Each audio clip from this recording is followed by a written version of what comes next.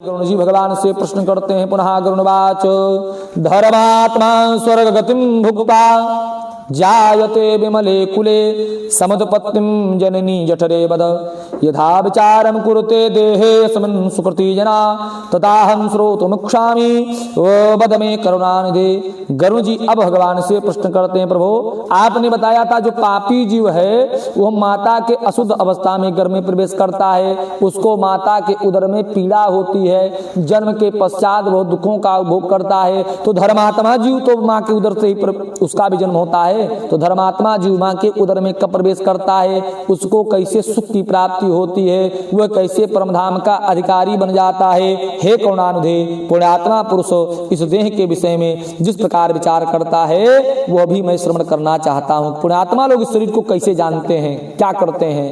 श्री भगवान वाच, भगवान बोले साधु पृष्ठम त्वया तार्क्ष्य परमगोप्यं वदामि ते यस्य विज्ञानमात्रेण सर्वज्ञत्वं प्रजायते। श्री भगवान ने कहा, हे तार्क्ष्य आपने ठीक पूछा, मैं तुम्हें परम गोपनीय बात बताता हूँ जिसके ज्ञान मात्र से आप सर्वज्ञ हो जाओगे।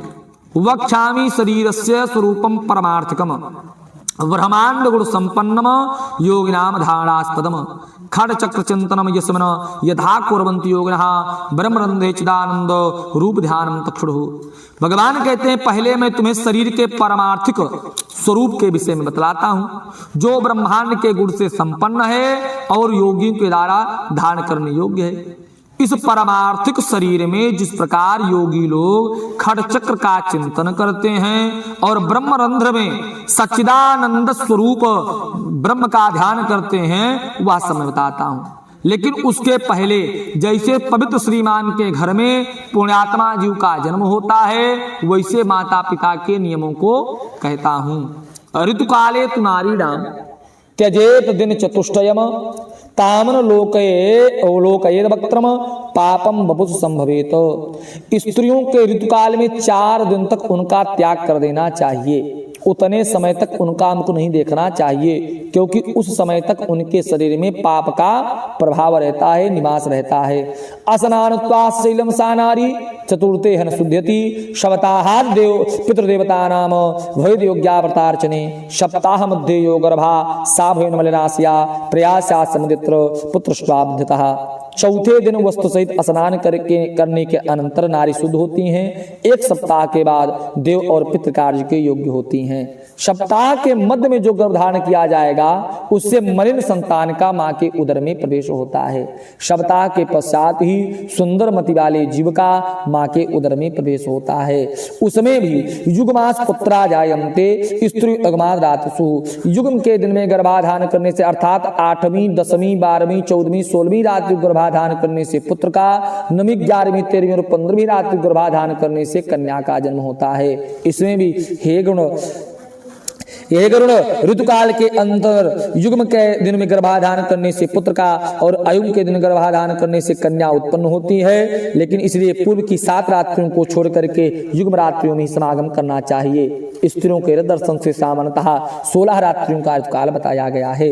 उसमें भी 14वीं रात्रि को गर्भाधान करने से जो संतान को हम प्राप्त करते हैं वह संतान गुणवान भाग्यवान धार्मिक होता है। प्राकृत जीवों को गर्भाधान के निमित्त उस रात्रि में हे गरुड़ गर्भाधान का अवसर ही नहीं प्राप्त होता है। सबसे पहले नियम क्या है, पंचमे हनि नारीणाम कार्यम मधुर भोजनम कक्षारम तीक्ष्णम चा त्याज्यम ऊष्णम च दूरतः। 5 दिन तक अपनी पत्नी को मधुर भोजन करावें, कड़वा खारा तीखा और गर्म भोजन से दूर करें, क्योंकि जो स्त्री का उदर है वो औषधि का पात्र है, उसमें बीज रूप अमृत को स्थापित करके पुत्र रूप फल प्राप्त करना है। इसलिए यदि मधुर भोजन करावेंगे तो सुंदर मति वाले जीव का मां के उदर में प्रवेश होता है। जब अपनी पत्नी के पास गर्भाधान के समय जाएं तो अपनी चित्तवृत्ति को शुद्ध रखें, क्योंकि गर्भाधान के समय मनुष्य की जैसी चित्तवृत्ति रहती है उसी चित्तवृत्ति वाला जीव मां के उदर में प्रवेश करता है। भगवान कहते परमानंदादा पुत्रो भवेत गर्भगता कृति भवन्ति तस्मैकरा क्रिया पुंसमानादि कहा जन्म प्राप्त पुण्यात्मा ग्रहित उच्चाग्रेशा तज्जन्म समय प्राप्त बहु। गर्भ में आने वाला जो सुकृति पुत्र होता है, धर्मात्मा पुत्र होता है वो माता पिता को परम आनंद देने वाला होता है। उसके पुंसवन आश्रम संस्कार किए जाते हैं। पुण्यात्मा पुरुष जब ग्रह उच्च होते हैं तब जन्म प्राप्त करते हैं, और ऐसे धर्मात्मा पुत्र के उत्पन्न होने पर ब्राह्मण को बहुत सारा पिता धन आदि का दान करते हैं। वह पुत्र पिताजी के घर में विद्या और विनय संपन्न होकर के बढ़ता है। सत्पुरुषों के संसर्ग से सभी शास्त्रों में पांडित्य को प्राप्त करता है और युवावस्था में दिव्य अंगराज को योग को प्राप्त करता है। विवाह सुंदर स्त्री के साथ होता है। दानशील और धनी होता है। पूर्व में किए हुए तपस्या, तीर्थ सेवन आदि महापुण्यों के फल का उद्देश्य प्राप्त होने पर वह नित्य आत्मा और अनात्मा अर्थात परमात्मा और उससे भिन्न पदार्थों के विषय में विचार करने लग जाता है, जिससे उसे यह बोध होता है कि सांसारिक मनुष्य भ्रम बस रस्सी में सर्प को आरोप की भांति अर्थात सच्चिदानंद ब्रह्म में अवस्तु अर्थात अज्ञान आदि जगत प्रपंच का अध्यारोप करता है। तब अपवाद अर्थात मिथ्याज्ञान और भ्रम के ज्ञान का निराकरण करके वह जीव सुंदर गति को प्राप्त कर लेता है। भगवान कहते हैं, गुरु जी पहले मैं आपको शरीर बताता हूं, ये शरीर बना कैसे। तो बता कि क्षित वारी बहिर्भोक्ता वायु आकाश एवचा स्थूल भूता इमे भोक्ता पिंडोयम पांच भौतिक। पांच तत्वों से इस शरीर का निर्माण हुआ है। कौन कौन से? पृथ्वी, जल, अग्नि, वायु और आकाश।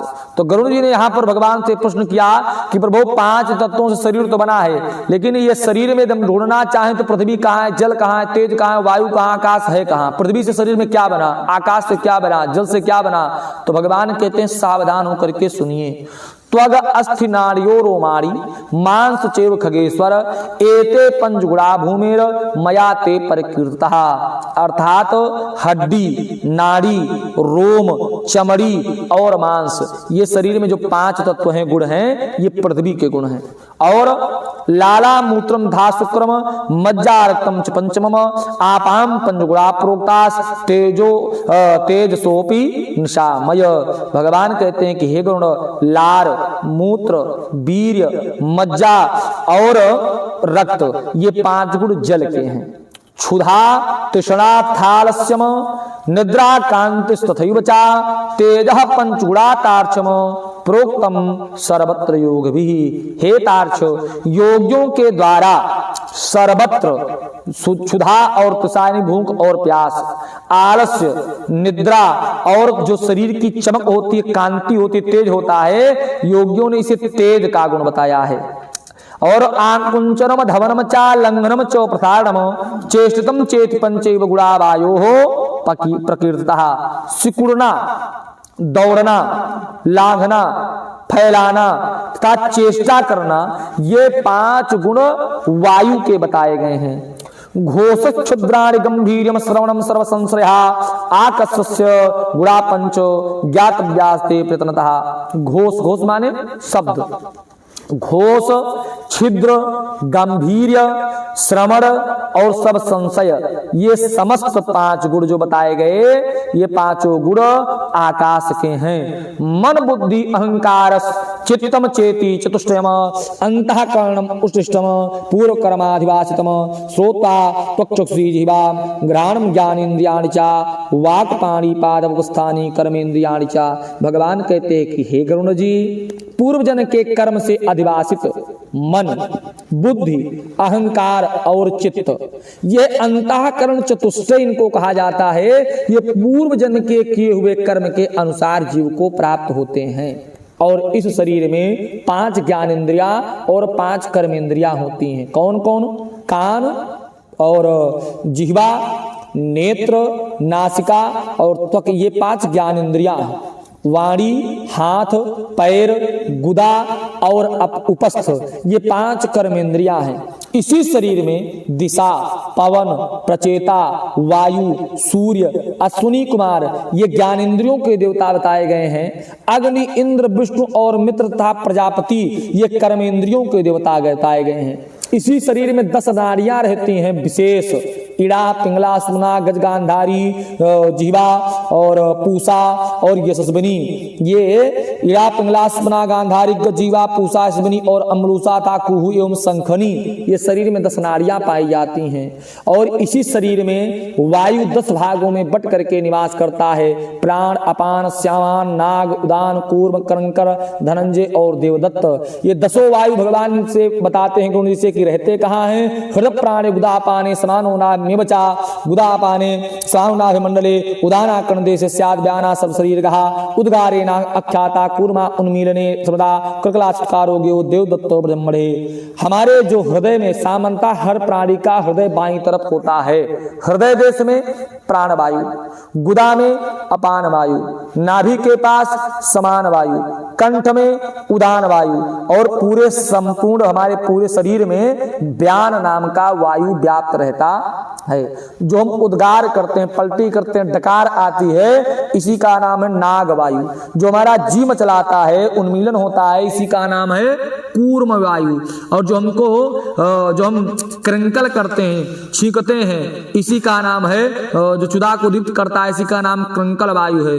और जो हम जम्हाई लेते हैं, इसी का नाम जृंभण वायु है और देवदत्त वायु।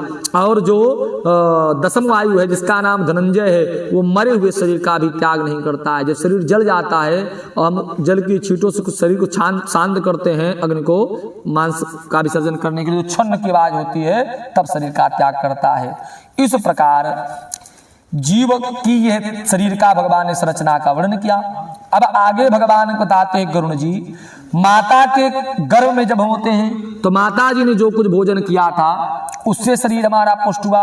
और फिर जन्म लेने के पश्चात हमको जो परमात्मा ने प्रकृति के द्वारा प्रदान किया भोजन आज ग्रहण करते हैं, उसके द्वारा हमारा शरीर पुष्ट होता है।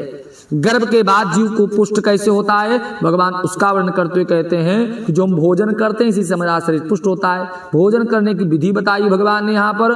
भोजन करने की विधि यह है कि भोजन करने के आधा मुहूर्त पहले हमको जल पीना चाहिए और भोजन करने के आधा मुहूर्त बाद। भोजन करते समय बीच में घूट घूट करके जल पीना चाहिए, खींच करके नहीं पीना चाहिए। एक गराई भोजन को दांतों से 32 बार कूच करके तब निगलना चाहिए, नहीं हमारे पाचन तंत्रों को पचाने में असमर्थता होती है और शरीर में अनेक प्रकार के रोग और व्याधियों का जन्म हो जाता है। हम जो भोजन करते हैं उससे शरीर हमारा पुष्ट कैसे होता है, तो भगवान बताते हैं कि भोजन को आहार नलिका ले जाकर नाभि के पास रखती है। तो भोजन के पहले हमने जल पिया है और भोजन तो जल के पहले रखा गया नाभि के पास, फिर उसके ऊपर जो हमने भोजन किया भोजन रखा गया, फिर बाद में जो जल पिया वो रखा गया। जब तीनों पहुंच गए शरीर में तो जो जठराग्नि होती है उसको समान वायु धवका करता है। समान वायु के धवका करने से जठराग्नि जल जाती है, अन्न जल सब गर्म हो जाता है। अन्न और जल को समान वायु निचोड़ देता है, उसमें से रस को अलग कर देता है, मल को अलग कर देता है। जो रस होता है प्रोटीन तत्व, उसको व्यान वायु नाड़ियों के माध्यम से पूरे शरीर में पहुंचाता है, जिससे हमारा शरीर पुष्ट होता है। और मल को 12 दरवाजों से यह शरीर से बाहर कर दिया जाता है। 12 दरवाजे कौन कौन से? कर्ण, नासिका, जिह्वा, दंता, नाभि, नखा, गुदम, गुह्यम, श्राव, लोप, मल स्थानानि चक्षते। बताया कि कान, आंख, नासिका, जिह्वा, दांत, नाभि, नखा, गुदा, गुप्तांग और शरीर के रोम, ये 12 मल निकलने के दरवाजे हैं। इदानीम नरदेहस्य शुण रूप द्वयम खग, ये शरीर होगा मनुष्य का। अभी शरीर के भी 2 रूप भगवान यहाँ पर बताए हैं। एक होता है व्यवहारिक शरीर और दूसरा होता है परमार्थिक शरीर। तो पहले भगवान ने यहाँ पर व्यवहारिक शरीर का वर्णन किया। व्यवहारिक शरीर किसको कहते हैं? त्रिस्या कोटि अर्धकोटि चा रोमाणी व्यवहारिके सतलक्षाणि केशाः असुरनखा प्रोक्तास्तु विंशति द्वात्रिंशजना प्रोक्ता सामान्य विनतास्ता मांसम फलसहस्रम तु रक्तम फलशत असमतम पलानि दशमेदस्तु त्वक्पलानि च सतति पलवास्कम मज्जा महारक्तम पलत्रम शुक्रम द्विकुर्मम गेयम कुर्मम सोर्तम सबनम खष्टुत्रम तसास्ता देहे प्रकृतम। भगवान ने बताया कि गरुण इस नरदेह के 2 रूप व्यवहारिक और परमार्थिक। पहले व्यवहारिक शरीर बताया भगवान ने। इस शरीर में 3.5 करोड़ रोमा, 7 लाख बाल, 32 दांत, 20 नाखून सामान्य रूप से पाए जाते हैं। इस शरीर में 1000 पल मांस, 1000 पल मांस यानी 400 तोला, 100 पल यानी 400 तोला गाढ़ा खून, 10 पल यानी 40 तोला मेद, 70 पल अर्थात 280 तोला चमड़ी, 12 पल यानी 48 तोला मज्जा, 3 पल यानी 12 तोला गाढ़ा खून। और पुरुष के शरीर में 2 करोड़ शुक्र और स्त्री के शरीर में 1 करोड़ शोणित यानी रज होता है। संपूर्ण शरीर के हड्डियों की गणना की जाए तो 360 और शरीर में छोटी बड़ी नाड़ियों की संख्या कई करोड़ है। इस गुण वाले शरीर का नाम है व्यवहारिक शरीर।